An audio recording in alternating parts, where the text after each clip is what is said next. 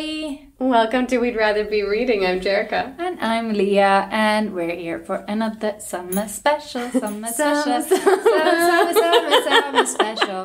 That was actually better than the last one.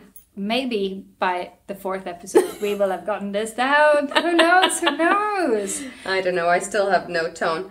But I am super happy that we get to do pods all summer long. And this one is a super special one because we're reviewing some of our gifted books. Yes, we are reviewing 3 of our gifted books, actually. Sluts and Whores by C.E. Hoffman. The Oath and Blood Prince Part 1 by Peter-Shaun Tyrell. And The Perilous Road to Her by N.L. Blanford. Yes, and these are books that we've been given this spring, and we've just now got around to reading them. We have had a busy reading schedule. Yes. Busy. But we're very excited to have been reading these books, actually, and to be talking to you about them now. What I really like is supporting new authors, too, and their new ideas, and if our reviews, or if our podcast, or if our... talk about this on Twitter helps these authors get their books read and bought, then that's really the purpose of our podcast. Absolutely. But you all know that our purpose of our podcast is to get free books. So this is really, this is like the epitome episode here of only free books. Yay! This is like we've reached our goals. But let's be real, the podcast is really just for us to hang out and talk about books we read. This is very, very true. But free books is it's like the bonus perk for sure. We are very excited and we enjoyed reading these books. I have to say they were very, very different from each other. So it was a little bit of a whiplash situation here going from one to the other. There was not really a theme. Oh, 2 of them have a little bit of a theme, but from very, very different angles. Right. And the third one was just coming completely out of left field here. Did not fit in with the theme at all. Have to say I kind of like that one the best though, but regardless, coming back into it. But we're going to talk about what we've done this summer so far, maybe a little bit too. Oh sure, I've worked. You have worked. Welcome to my summer. You have been now on vacation. A little bit. I am exploring my country. No, I've been up visiting my dad actually, who lives up north in Sweden, which is very nice. It was nice and warm. We went fishing on a lake and. Did you catch anything? Well, my father keeps insisting that this lake is full of fish, but I have yet to see proof of this claim, which he does every time I'm there. But my daughter managed to pull up a decently sized fish. Nice. And then my son managed to pull up a teeny, very tiny little fish, which we had to use very much perspective when we took the photo of, so it doesn't look teeny tiny. Okay. We had to hold the fish close to the camera, and he had to sit very far back so he wouldn't look so small. And then another teeny tiny fish was pulled up. But yeah, I hate fishing, by the way. Oh, why? Oh, it's so boring. Okay. It's so boring. But you like to meditate and do other things that are quiet. And then I dropped my phone in the lake. It was a whole thing. But it was right as I was getting in the boat. So it was just kind of chilling there on the just right by the boathouse. So it was okay. I could reach it. So that was good. And the new iPhones are waterproof, which is also excellent. I know, it's amazing. Because last time my phone took a swim in a lake, it did not do so well. One time my sister dropped her phone in the snow in Canada, of course, in the wintertime, and it was deep. So we couldn't find her phone in the big snow pile. So we're like, oh, damn. So she had to get a new phone, and then springtime came around, and you know what happened? The phone worked. It still worked? That's amazing. It still worked. But and it's it like was not during the times of waterproof But phones. someone found one of those Nokia phones in the lake. Had been in the lake for years, and they could still turn off. Those things were indestructible. Wow. Not like our precious iPhones now, where you look at it the wrong way, and it's like, I am not dead. But no, the waterproofing worked. I tried it out this summer. It worked out really well. Nice. Yeah, my credit cards and my other stuff with my phone did not like the lake wet. as much, but we all survived this little adventure, actually. How did you catch it? When it dropped in the water? No, because I was getting into the boat and I had it in my kangaroo pocket there on my hoodie, and it just kind of slipped out. And then I sat down and I was like, I don't have my phone. And I was like to my dad, I'm like, I don't have my phone. I dropped my phone, you have to turn it on. And he's like, oh, for reals. And my dad has like zero patience for my silliness whatsoever. Like, it's a man of very few words, and it's a man of, just suck it up and deal with it. We're going to go on a hike up this mountain now. You chose bad shoes, well, sucks for you. You packed your suitcase, or you packed the suitcase first. So that's it's really, trust really dumb. and responsibility. Good parenting. Yeah. And he was like, oh, really? So Stupid it was child. like in shallow water, so you were able to go. It was right where the boat was going into the water, so I could reach out. It was on, like I see it. It was lit up nicely there, so I just put my hand in and grab it.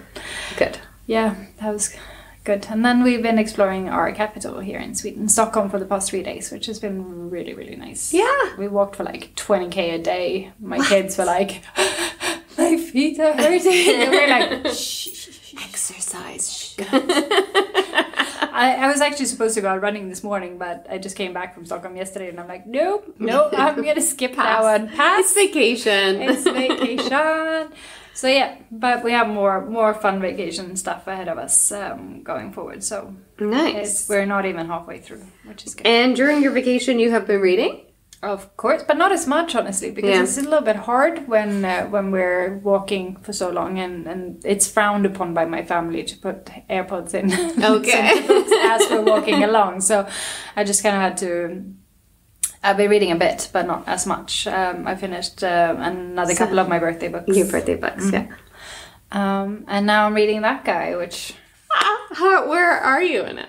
Well, I'm at the point where, for some unexplainable reason, he wants to sleep with her, even though he's tried to kick her out of his house a couple of times. Like, on our next episode of this pod, we're going to talk about tropes, and I have so much to say. So much to say. I love it. So much to say. But this one, we are not talking about that. So what have you been reading lately? Oh, I have been working, as I said, and we're at home. My husband's still working also, but the kids are off, so we're trying to juggle having the kids at home and both of us working, which means when the kids are home and they're playing out in the yard, I get to read a little bit. Especially I get to listen to books more than actually sit down and read them. And because the kids are around, I'm listening to like these light... I don't know if you could call it like summer reads, but these like romantic comedy books. I haven't read a like funny book in a long time. Like I've read hot, steamy romance books to where it went kind of far into the harem. A little bit of a deep dive there,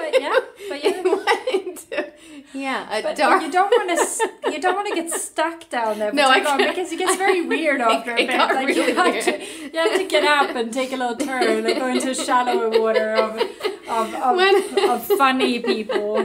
When I read Sarah Simone's, this like American queen and prince and king, that's when I knew I had to turn back around and come to a lighter part, because like even if I start to get uncomfortable reading these like heavy dom romance like throuple books, and I had to take a deep breath thinking about these ones.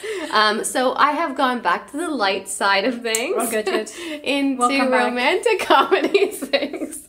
And I listened to this book called That Guy because I am now literally abandoning Scribd. They put me in book jail all the freaking time. I realized I haven't really read anything in Scribd in over a month, so I should be well clear out of book jail now. But that's awesome. Are you storytelling it, or? I'm storytelling. The app called Storytell, and I started to listen to That Guy by Kim Jones, and it's crazy. Like, it's a ridiculous book. First of all, I want to say, if any of you guys start to read this book, just don't look at the cover and like disregard the title of the book, because that, and also know that all the annoyance you feel towards the woman reading this book will go away about 3 hours in. But it takes a little bit of time because she's very the way she reads it in the beginning, it's not, it doesn't have a good flow. It's very awkward in a way, the way she reads it.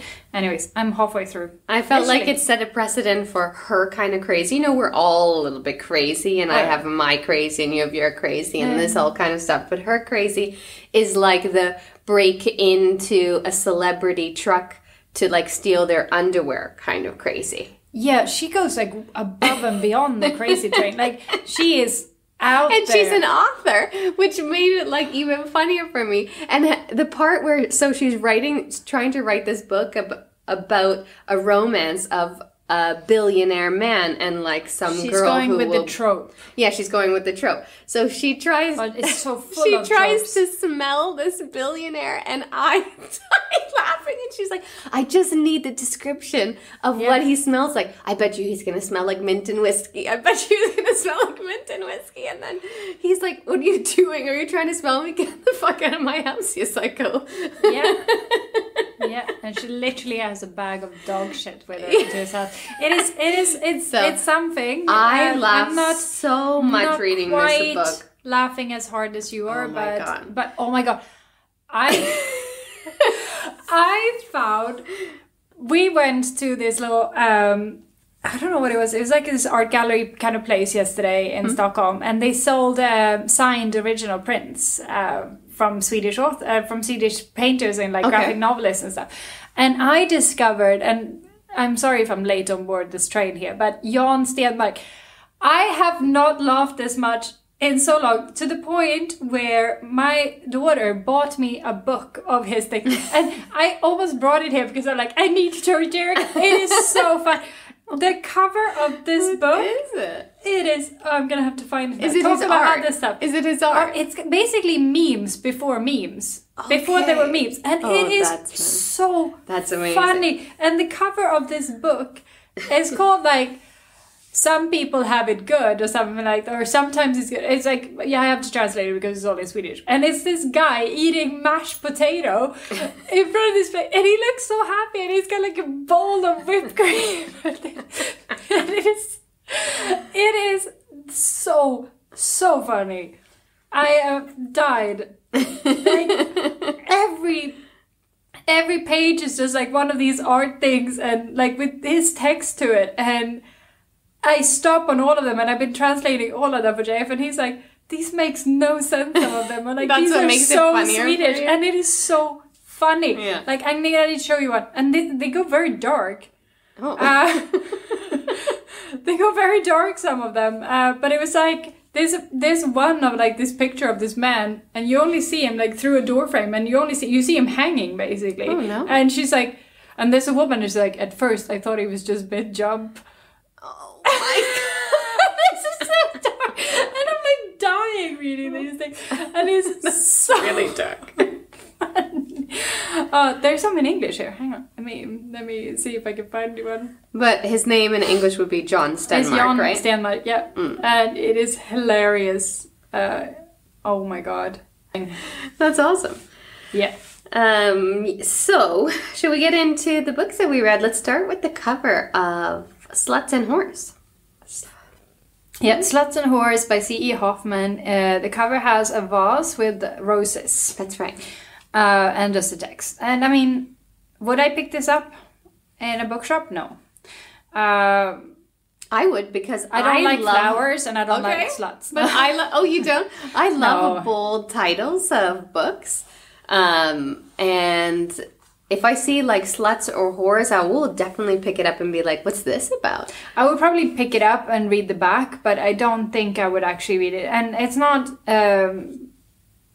because it's not good. I have read it, and it is good. It's just, it's a bunch of short stories and poems, and I think this is the kind of book that I would enjoy more had I not read it all in one go.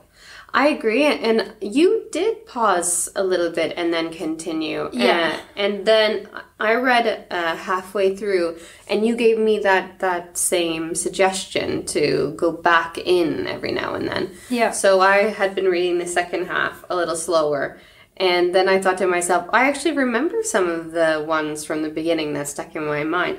So, like you said, basically this book is a bunch of short stories. They all have connection to, I wouldn't say sluts and whores, but in layman's terms, it's like I suppose. Underbelly, I guess, of a big city. They call it the big C, and it's people. Some of them involved in sex works, and some just genuinely struggling. I've found with making ends meet or with making life work. Mental health, and mental health. It's very much like the not the glossy facade of the city, like now we're going deep and gritty kind of thing. I found. And I also thought that it was consistent the whole way through. There wasn't a short story that then was flowery, or there wasn't a short story that was like rainbows and unicorns happy ending kind of thing, you know? There was one with rainbows and unicorns, I think. There was one story. but it was more like, I mean, a lot of these short stories and essays, they showed a lot of pain, a lot of anxiety, hopelessness, despair. There was very much the theme going through them. There was no, very few happy endings, very dark, some of them, but going into fantastical, losing all of my words, because I would say that it was more real. Yeah, but there was some fantastical elements to bits of them that kind of, I think it felt a bit like escape. Oh, I see.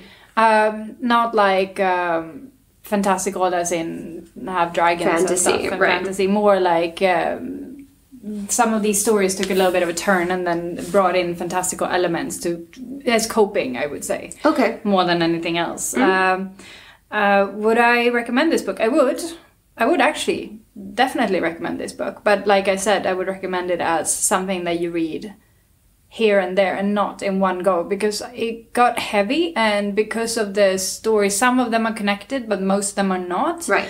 I felt very disjointed in a way when I was reading them one by one, and I got lost, like I lost the story for some of them because I was trying to connect them to each other, and then when there was no real connection, then it felt a little bit like a chore, some of them.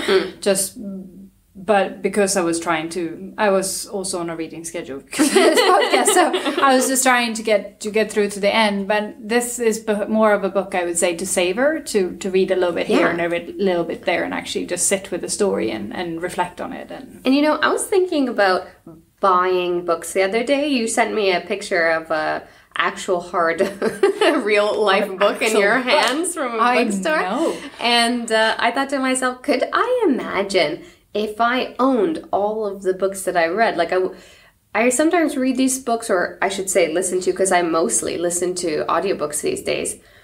If I listen to a book in one day, then that's a book that I read in one day. Sometimes I remember the story, sometimes I don't. And then that book sits in the house, and most often I'm not going to pick it back up. Maybe if I completely forget it, I pick it back up and by be accident. like, oh, yeah, by accident. Like me. Like, it feels very familiar. But this is one of the books that I will own, because then I would be able to have it and read a short story or here and there. Mm-hmm. And so I would say this is not like an ebook or maybe even an audiobook thing this is like, it's a think piece and it's a conversational piece for sure. Like this is almost like a coffee table book where you can have it, where people come over to your house and they'd be like, what's this? And then they could just read a short story out of it and we would open up conversation for sure. I would say recommend, and well done. Yeah. I thought it was handled fantastically, the topics and everything. You could really feel the despair and the hopelessness and the pain, anxiety, all of this, but also the hope in a lot of them.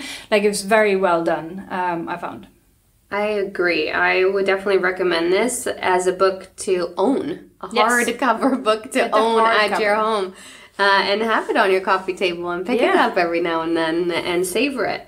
For sure. So thank you so much for sharing this book with us. We appreciate it. We did appreciate it. The next book we have is The Oath and Blood Price. Yes. It's because my spelling. I figured it auto-corrected in your... It did. Mm-hmm. The Oath and Blood Price, part 1.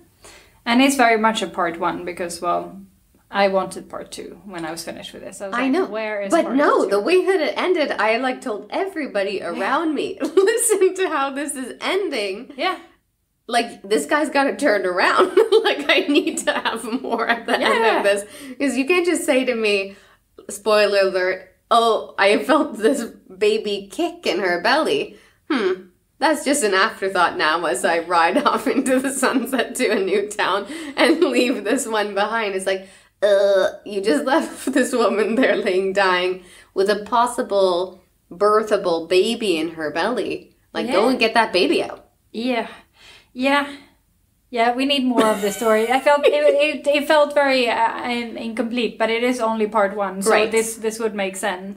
This is by Peter-Shaun Tyrell. Yes. And I really like this story. Like, I went into this not sure if I was going to like it or not, but I got really into it. It was engaging, and I was curious to see how it would continue, and I like the world building too, like the orphans, that the town had to take care of the orphans, like they take care of the. I found it to be an interesting topic, and how it worked really well in some parts of the land, but not where Tolkien was, because he was the town orphan, and the town did not want to care for him. No. And then he gets placed with these people that come from another town, and they're like, "Of course we're gonna look after you. This is our sacred duty," kind of thing. Like, we need to take care of you, and yeah, that was very good. If I have something that I need to bring out my negative side for, it was a little bit of some things were a bit hard to picture. Like, I would have liked a bit more description of certain things, and the pacing was a bit off in some places. It was some things went a little bit too fast, while others lingered a bit too slow. But that's easy things to fix. Apart from that, I really enjoyed it. So better send us part 2, because I'm waiting here. With these kinds of books, especially when there's like part 1, part 2, and even part 3, I need to read them all together, because it really gives me this but no ending to these cliffhangers. I also like the book. I thought the language was really interesting coming off the bat. It's not what I thought it was going to be, like you said. Yeah. And looking at the cover also, we expect it to be like some sort of medieval timesy, and that there's going to be mystical characters being brought into it, because there's elves and dwarves and other creatures and characters talked about throughout the book. And that is exactly what we got. And world building also. There was mention of other places, which we haven't gotten to yet. So but he's on a journey now. He's on a journey. This is where we're going to go, for sure. I wrote to you saying that it sounded like he was like an old Apache man, and I don't know why that I got this feeling. But then after finishing the book, I realized that it's because I think I picture him, when I picture the entire scene of the book, like Witcher. I know you haven't watched the TV show of Witcher. Have you read the book? Half the first episode. Did you? No. But it's like set in like old times, dark, people are struggling, and there's a lot of like poverty and things like that. And he is sort of, is going to be, he's had a really hard time in his life, and he's going to be some sort of savior of some kind. So I pictured him like that, and then I pictured Adelia like a Viking woman. And I wrote that. Well, I pictured it was more Game of Thrones for me. She was like Brienne. Okay. For me, like the knight. But she's a knight, and then by Viking woman I mean like from Vikings, where they're like battles in battle also. My little side note was that it's a very masculine book. I felt like that some dialogue was very like, I am man, barbaric. Like, I think at one point he asked somebody, another man, do you smell this? And he's like, I smell sweat and piss and... Yeah. Like, those are things that... But I guess, it was very man. And in a way, you could tell by the fact that Adelia, she hardly even speaks. Right. Yeah. So it's like... And the only other woman is Rosalind. Rosalind, and she's very nurturing and mothering. Yeah. So not a lot of female perspective here of actual, like, very stereotypical, I guess. But so for me, if I'm going to continue to read the series, which I would definitely read the second book, I would like some more female dialogue or influence in the book. But Adelia is a woman, but she's very stoic. She's very man-like in a way. Yeah. That's not masculine. I don't mean it in a negative way. I'm just saying it felt masculine.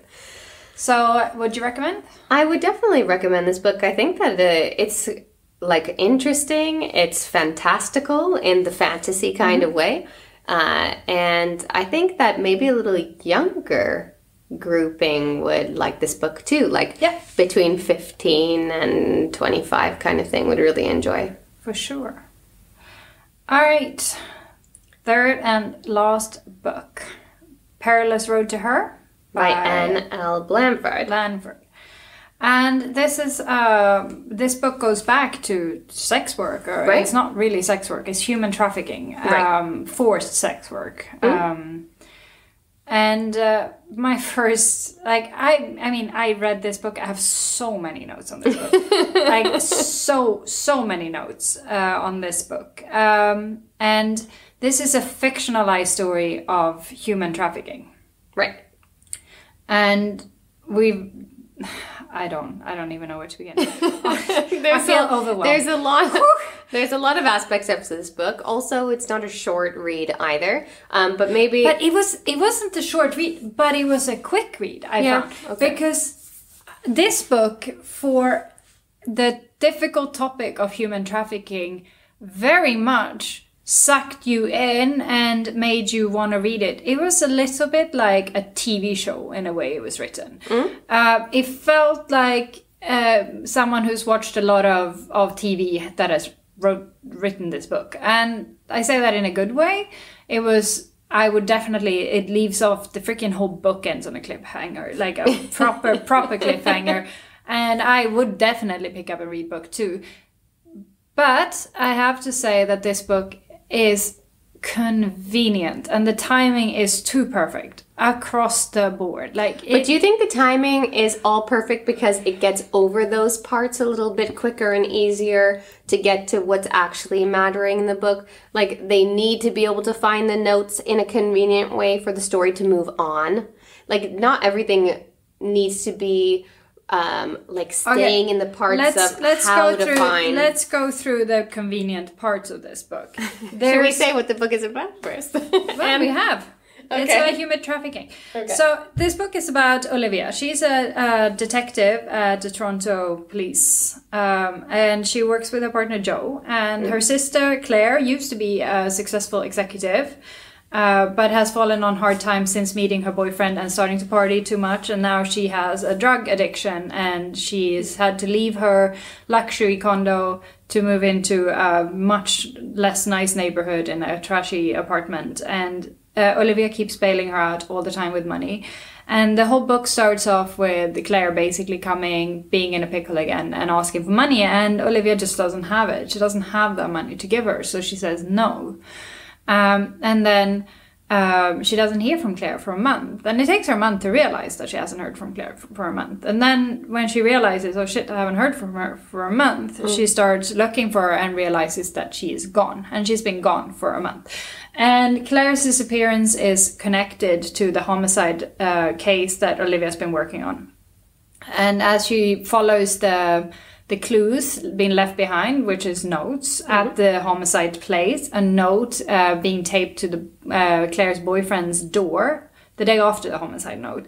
That brings her to her childhood home, which has been repurposed to a sex trafficking ring hideout, hidey hole house, where she finds even more notes in a shoebox that her and her sister exchanged notes with in the backyard. Leading her, she overhears one phone conversation when she's there, and it's her sister is a police officer, we need to move her now. Convenient.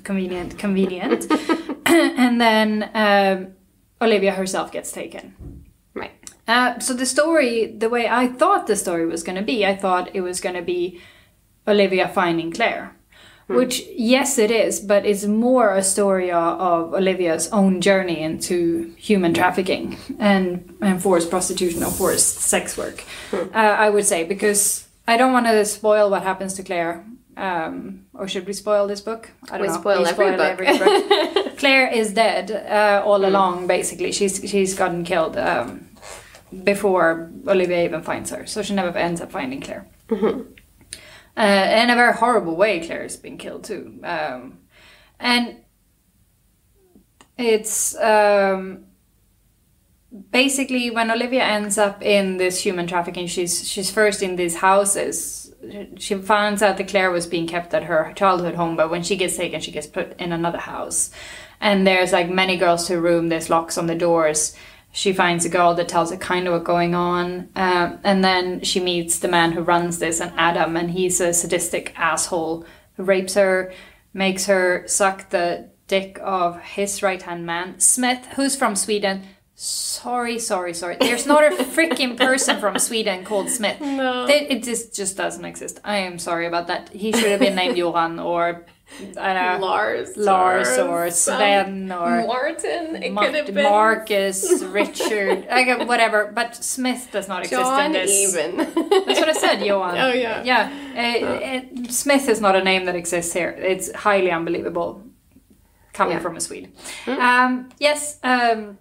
And then she gets put out to work, and basically she gets raped for 5 hours straight by different men.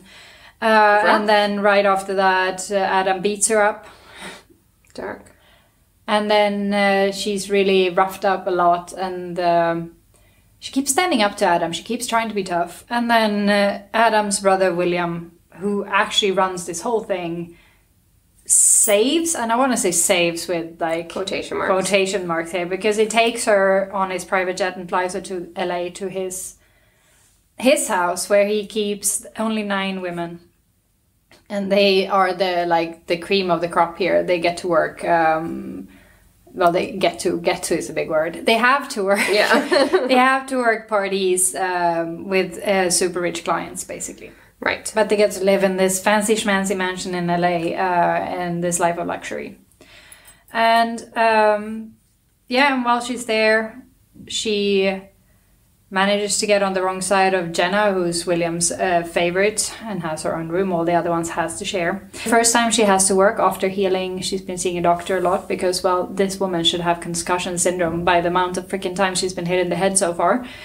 And it doesn't get better, so her first night of having to work, she gets sold to Mr. Y, who ties her up and hits her in the head again many times, and rapes her, and then she has to heal again.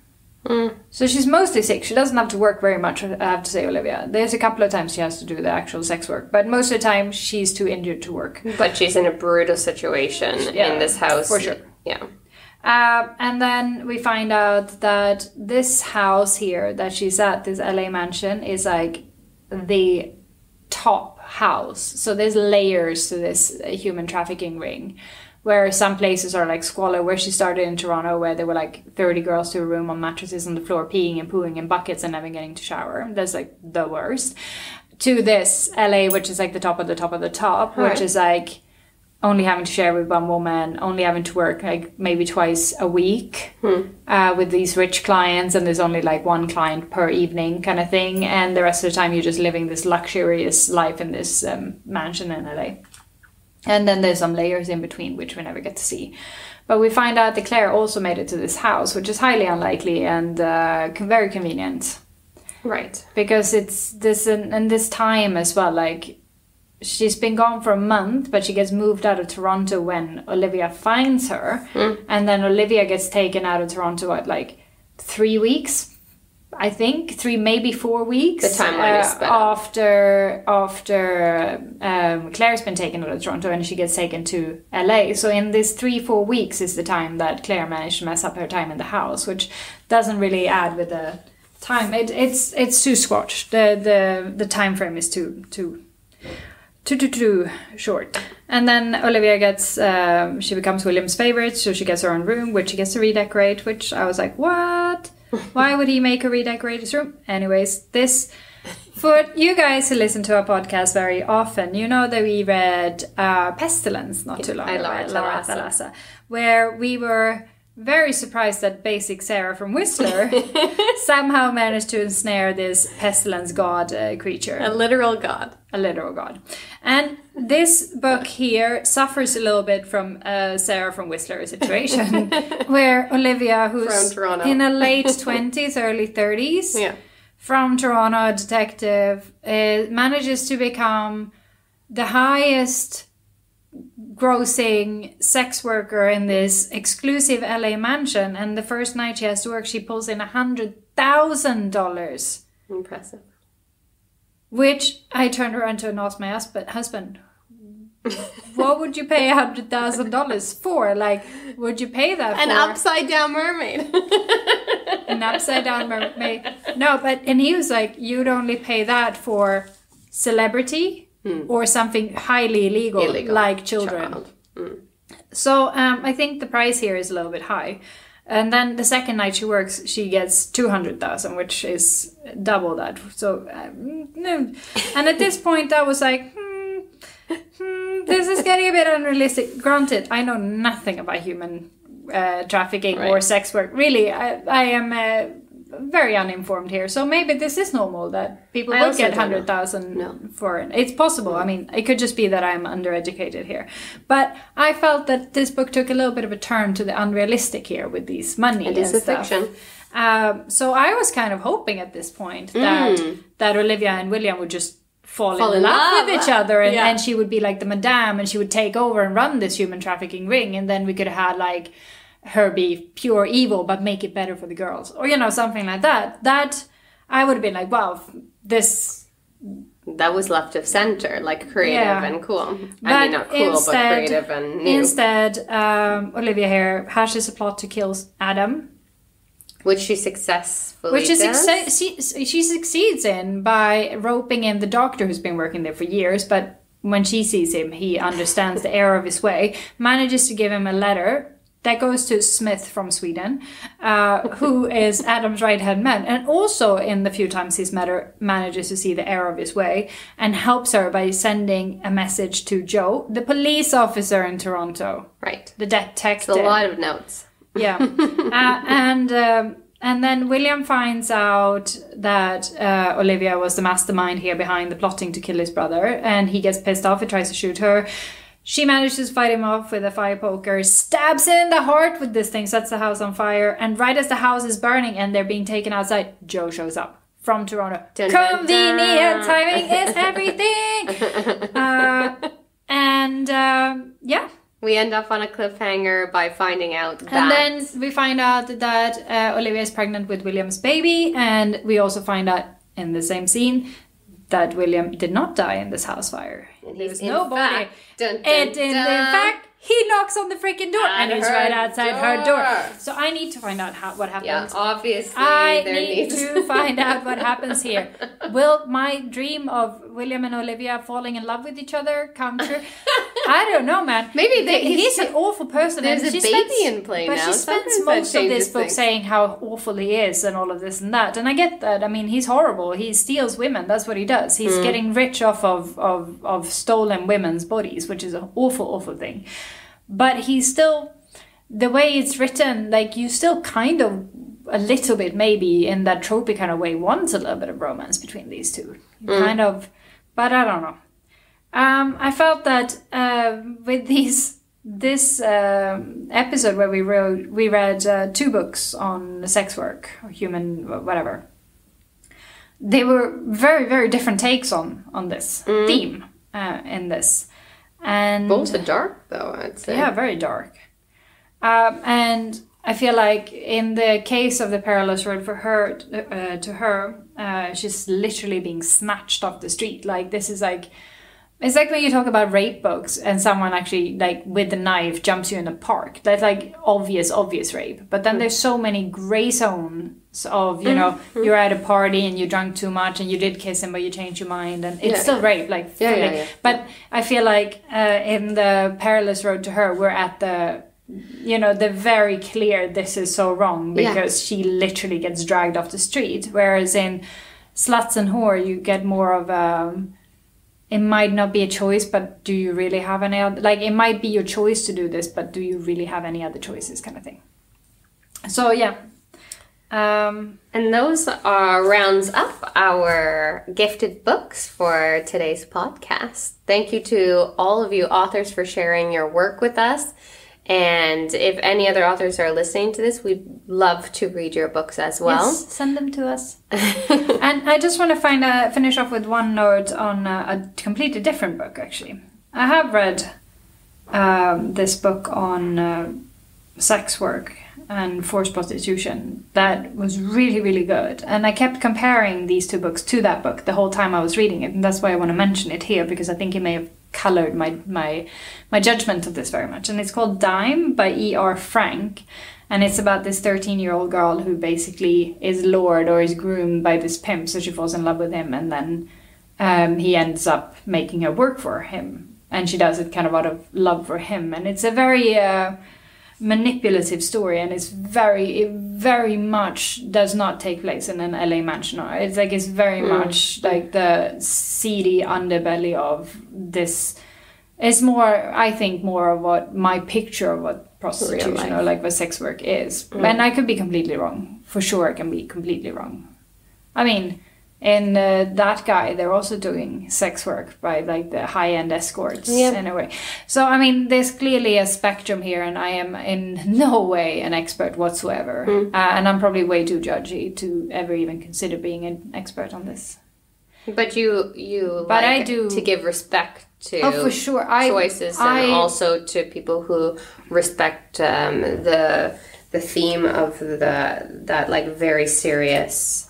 I respect everyone's choice, and I am a firm believer that you need to have a choice. And I think as long as you've chosen this life, then all credit to you, and you do what you do, you man. I really don't care what people do as long as it's their choice. If it's not your choice, or if it's a choice that's not really a choice, like a choice between starving or doing this, then that's not really a choice. Then I think I hope that we as a society can be better and give out the choices, give out the options.